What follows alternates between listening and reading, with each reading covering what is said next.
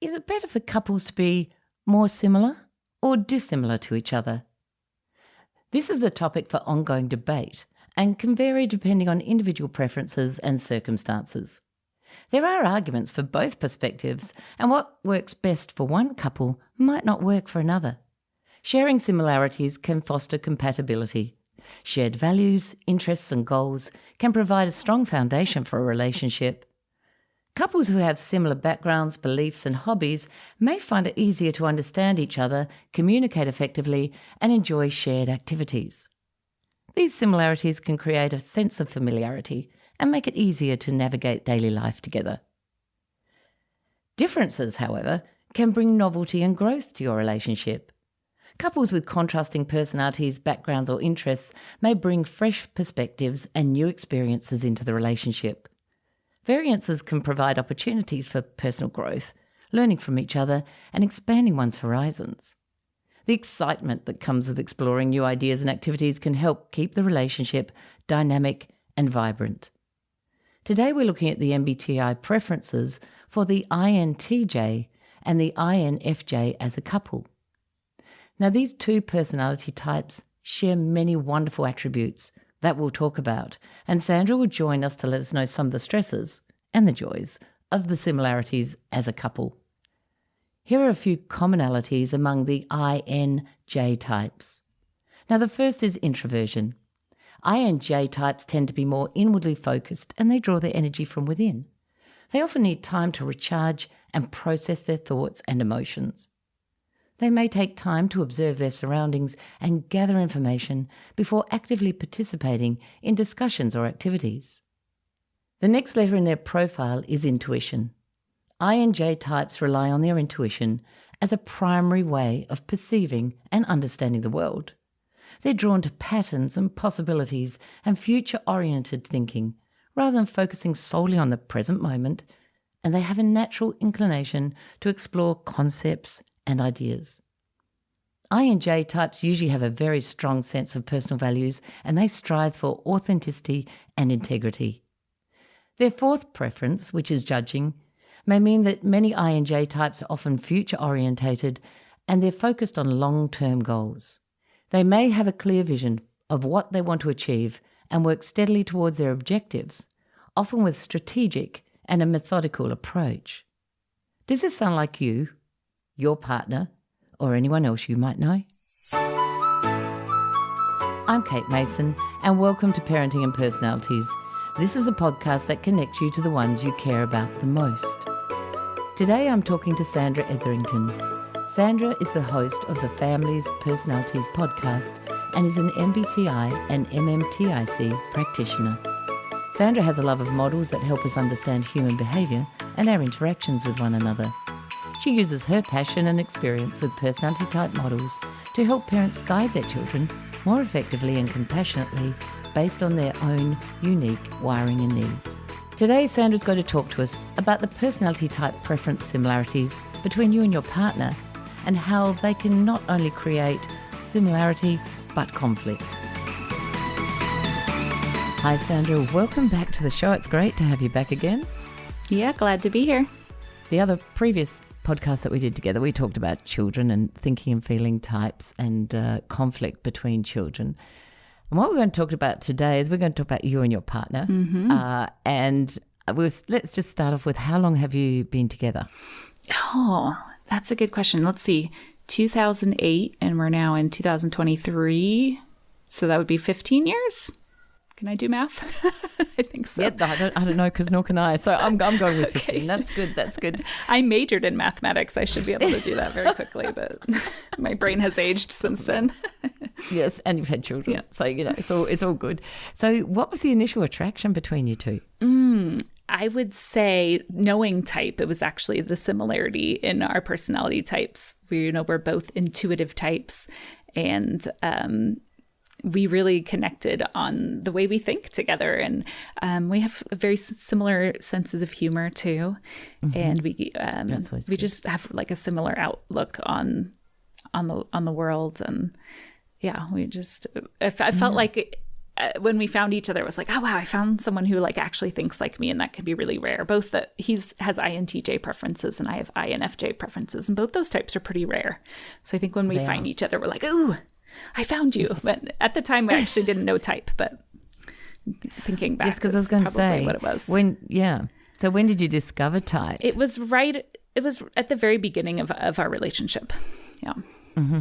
And did that make a difference, knowing that, you've got that initial reaction, togetherness, knowing and understanding type? What did that bring to your relationship?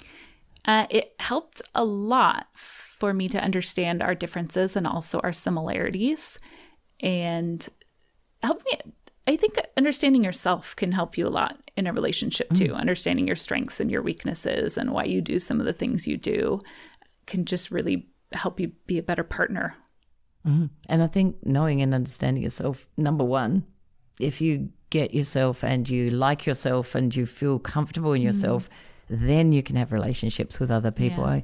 Yeah. Looking at life, and, I'm older now, and looking at life, if people haven't actually got that inner self together, then the problems can come back and bite you on the backside well into your, 60s, 70s. People of my age group are now, their childhood comes back and gets them, and all their self-worth, if it's not there at this age, it's not a good situation to be in. So being young and knowing and understanding yourself and having a whole self is very, very important. Yeah. So with that, what is the thing that's different about you two? So we have, only one difference in as far as our types, but we could name many other differences. But in terms of Myers-Briggs, we have, just the one preference difference between thinking and feeling.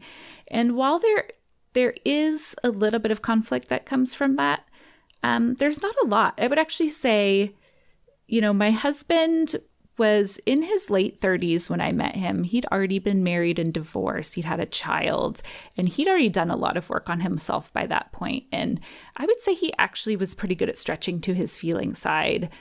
Yeah. And I don't know how much work I had done to that point, or if it was just him who was able to come to my side. And then I caught up also. But because of that, we don't have a lot of conflict there. Every once in a while it comes up, but I think the work that I've done through type has really helped me understand that, like, when he's in his, it's usually when he gets stressed is when he really can't stretch as well. And so he starts coming out with, getting a little bit more, critical and saying things a little bit more straightforward. And I just have to remember it's not personal. He's just stressed. Yeah. And then when I can do that and separate myself from it personally and just think, oh, he's stressed, I can have compassion for him instead of feeling upset and taking things personally. And then it's over. And then when you have compassion for someone else, then usually that helps them and you're okay. But if you're taking offense at everything they're saying, that's just adding to their load, really, isn't it? Right. So I feel like it was only the very beginning of our relationship where we had tension there. And it honestly hardly ever comes up anymore. Oh, that's brilliant. I'm sure, as I say to people, you have to work on this stuff all the time. I'm sure there's plenty of other tensions at different times. Yes, however, not to say that we don't have problems. That's right. That's right. So your similarities of your type. So if you can just go through them for me, just so that people. So your similarities. Tell me what they are. So we both share introversion. However, if we're going to put a scale on this, we're going to say my husband's way more on the introversion. If you know Enneagram at all, I love Enneagram. And my husband's an Enneagram 5, which is like the super introvert. So he needs a lot of space around himself. And then we both share intuition. And this is where we really connect. This is where we were, I would say, very attracted to each other.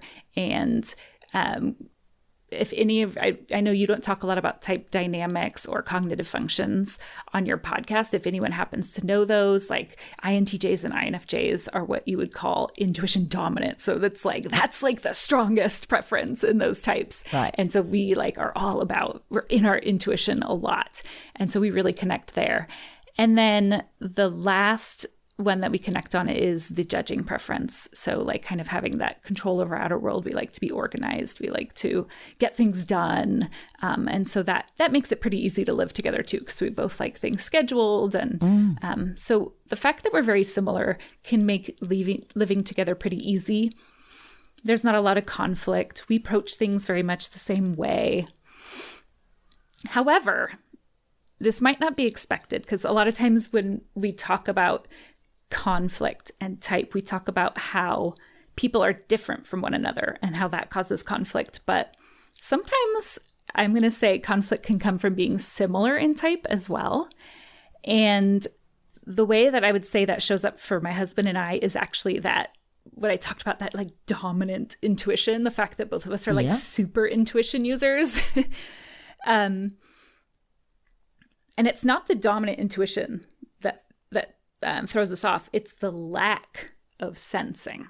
It's the fact that we want to be in that intuition so badly that it's the way that I think of preferences in Myers-Briggs is I like to think of them in terms of energy. Hold on, let me take a sip of water. This is like, we got to get into this, so I need a sip of water. So if you think of introversion and extroversion as like a really good example of thinking of your energy levels, as someone myself who prefers introversion, I get my energy from being in my inside world, right? I need to recharge by being alone, reading a book, thinking my inner thoughts. And if I get enough of that, I fill my energy bucket up. And then once my energy bucket is full, then I can go and extrovert and I can go to my outer world and I can do this with you. I can record a podcast. I can go to a party. I can talk to people, but that's going to empty my bucket pretty quickly. And then I need to go back and recharge in my introvert world. Yep. Most people get that concept by now with introversion and extroversion, but I apply that to all of the preferences. And so if you look at that for sensing and intuition, my husband and I both need to really fill our intuition buckets. And the fact is, if you look at the job of that partners do together when they are keeping a home, when they are raising kids, most of that work is sensing related. It's very like physical details, diaries and packing kids' lunches and so like I kind of you must lose so much energy. Oh my gosh, like I could laugh about it but it's like I have to so that I don't cry. And I spent like a lot of years crying, to be honest, because I had no idea. Like I had never really thought of it in terms of that before. I had no idea what I was getting into, and I really didn't think it through in choosing a life partner because neither of us are equipped for that. Right. And so there's neither of us get our energy filled that way. Both of us get extremely drained by it. And so you can just like imagine what that would do. And in our case, I was the stay-at-home parent, so all that stuff just automatically fell to me. And so I would spend the entire day emptying my bucket, and then my bucket would be empty, and I still had to keep doing it because the day wasn't over yet. In fact, my bucket would be empty by like 9 o'clock in the morning. Let's be honest.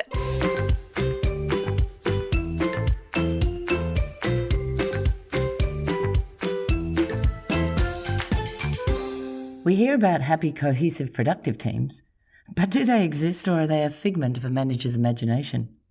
Well, yes, they do, and I can help you make this happen. If you're ready to get your team working as one, contact me at thepersonalitycoach.com.au.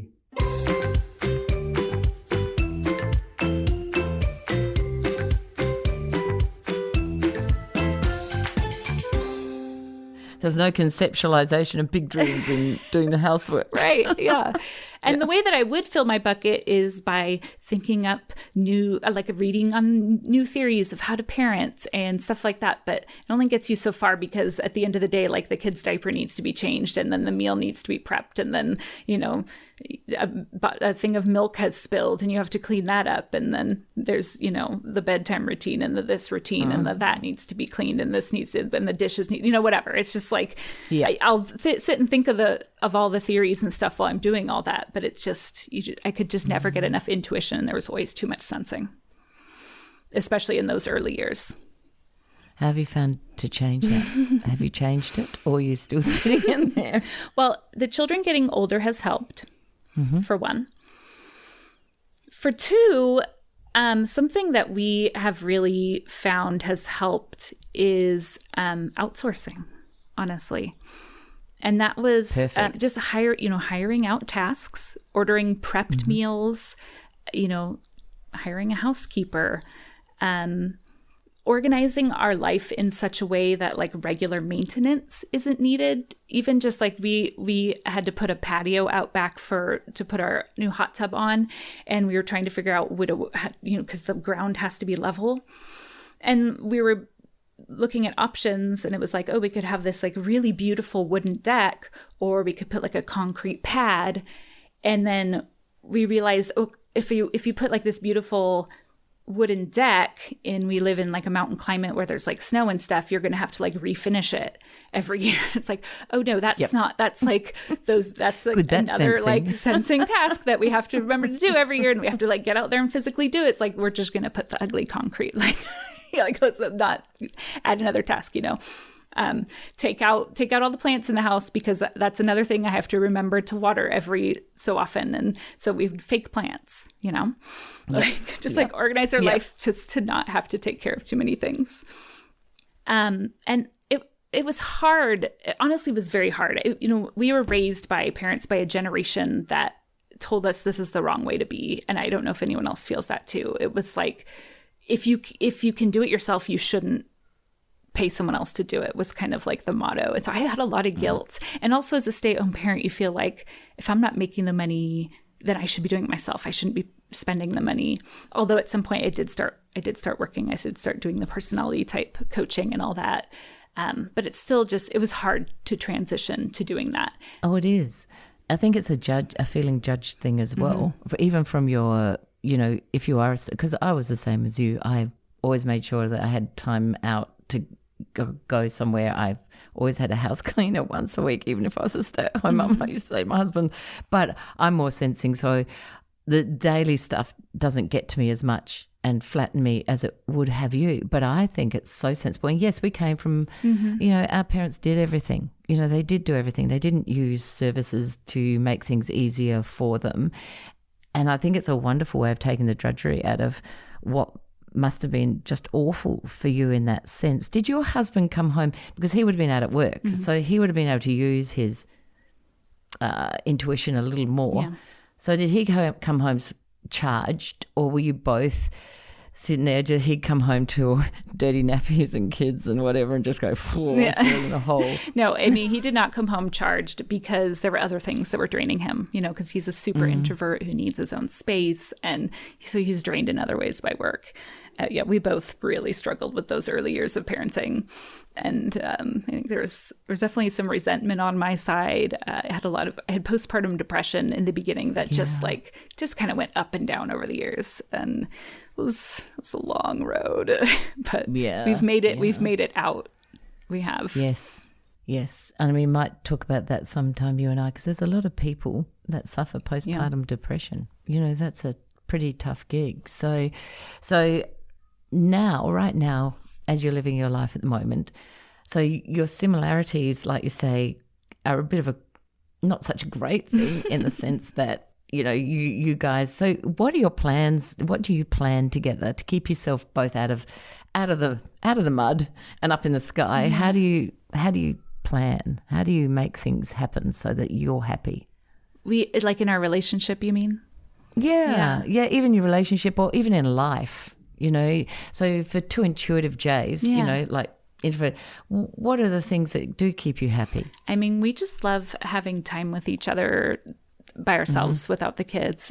Let's just like date nights where we can chat and talk and like talk about our theories on the world and, you know, what we want to do in the future, like imagining our future together and talking about future plans. And that just makes us happy. Like that's what we've always loved doing together. You know, having our parents come watch the kids for a weekend so we can take a little trip together. Getting out in nature is really nice. So we can kind of remove like the sensory overload of the noise and the chaos and everything and just get out to where it's peaceful and quiet and do a little hike together is really nice.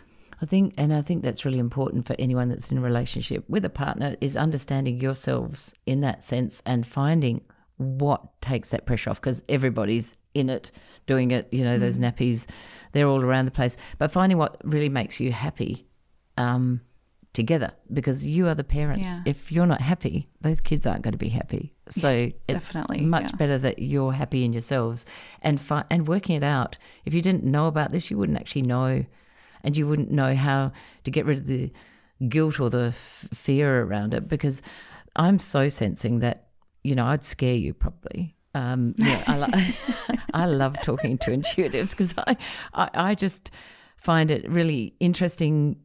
The headset is so different, and I'd love to chat sometime too about the differences in the headset of the intuitive and the sensing, because the sensing people really don't understand intuitives, and they're often quirky, appear very quirky and what have you, and we kind of sit there and go, yeah, well, they're a bit strange. What weird ideas. Why would you be doing that?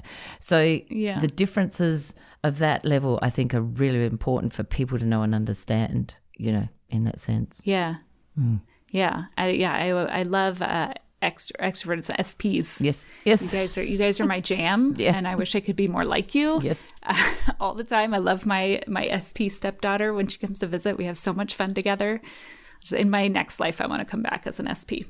Yeah, I hate to say it, but I sit in here and I think, there's so much worry out there for all of you, and FJs and auntie, you know, like it is true. It's a very unruffled, unworried world in a sense, because we always let things go. And to our detriment as well, remember. You know, we're packing for a trip tomorrow and I've got 500 things on my list of things that I haven't done yet. Oh, yeah. That I'll be racing around to do this afternoon like crazy, whereas a Jay would have probably had a whole lot of those things packed. Yeah. The suitcase is done, all on the side there. It would have been fantastic. But these are the things we know about ourselves. So, and the P loves the last minute dash. So I'll be very excited while I'm out there doing that. So it is looking at relationships, even if you're really similar. The things aren't necessarily the similarities, are not necessarily the things that are the negatives in your relationship. It's the similarities of the things that are not your top preferences that can end up being the negative effect on that relationship. Yeah. And I look at my parents who have exactly opposite preferences from one another. And my dad has ISTJ preferences and my mom has ENFP preferences, and they have so much conflict with one another because boy, do they want opposite things at all times, but they complement each other so well. Yes. Like my dad was the one who, you know, like my mom would sign us up for all the like fun activities to like really get us stimulated and learn new things. And then my dad would be the one who would come and like make sure we chose which ones to keep and which ones to take off so that we weren't overburdened. And then my mom would be the one like making all these crazy messes with these fun, exciting projects. And my dad would be the one coming cleaning up behind us and make sure they're presentable to take to school.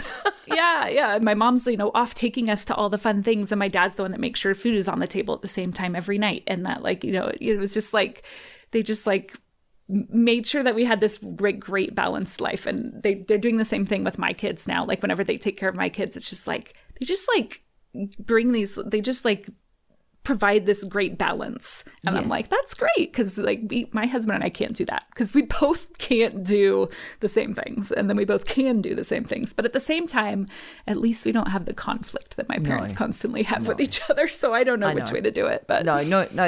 Either way is obviously not right. But understanding yourselves is the way to go. Because then, like you say, you can look and you can say that. I mean, I'm surrounded, like ISTJs, I've got a son who's one, and, you know, he keeps Paul and I on the straight and narrow because we're perceiving. He's always like, well, you're supposed to be here at 10 and you're supposed to do that.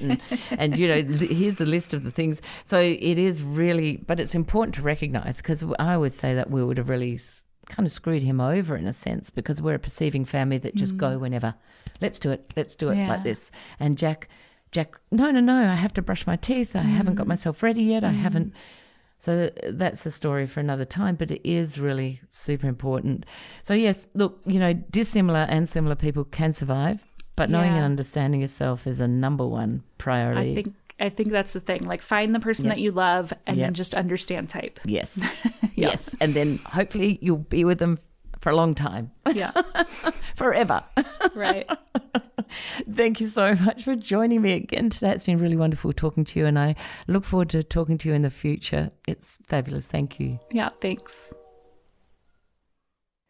While similarities can create compatibility, it's important to strike a balance between sameness and distinctiveness. Couples who are too similar may risk falling into a rut or become overly dependent on each other for their identity.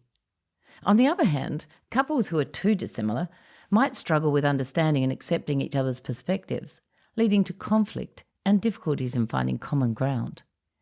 Regardless of the level of similarity or dissimilarity, effective communication and mutual respect are crucial in any relationship. Couples need to be able to communicate openly, listen to each other's viewpoints, and navigate differences with empathy and understanding. They need to respect each other's individuality, and the willingness to compromise can help maintain a healthy and harmonious relationship. Knowing and understanding each other's personality types is a great start to finding out what matters most, and that finding a balance that will work for both individuals. Some couples thrive on shared similarities, while others thrive on embracing their differences. It's important for couples to have open and honest conversations about their needs, expectations, and values, and to make conscious efforts to nurture their relationship based on their own unique dynamics. Thank you for listening to Parenting and Personalities. If you enjoyed this episode, we'd love it if you could leave a rating and a review that would help others learn about this podcast. If you're interested in discovering more about you and your family's personality types, you'll find my book, Who Is This Monster or Treasure in My House, on Booktopia or Amazon. If you have an episode idea, please send a note to thepersonalitycoach@gmail.com. Many thanks to our producers at Stories and Strategies, and we'll see you next time.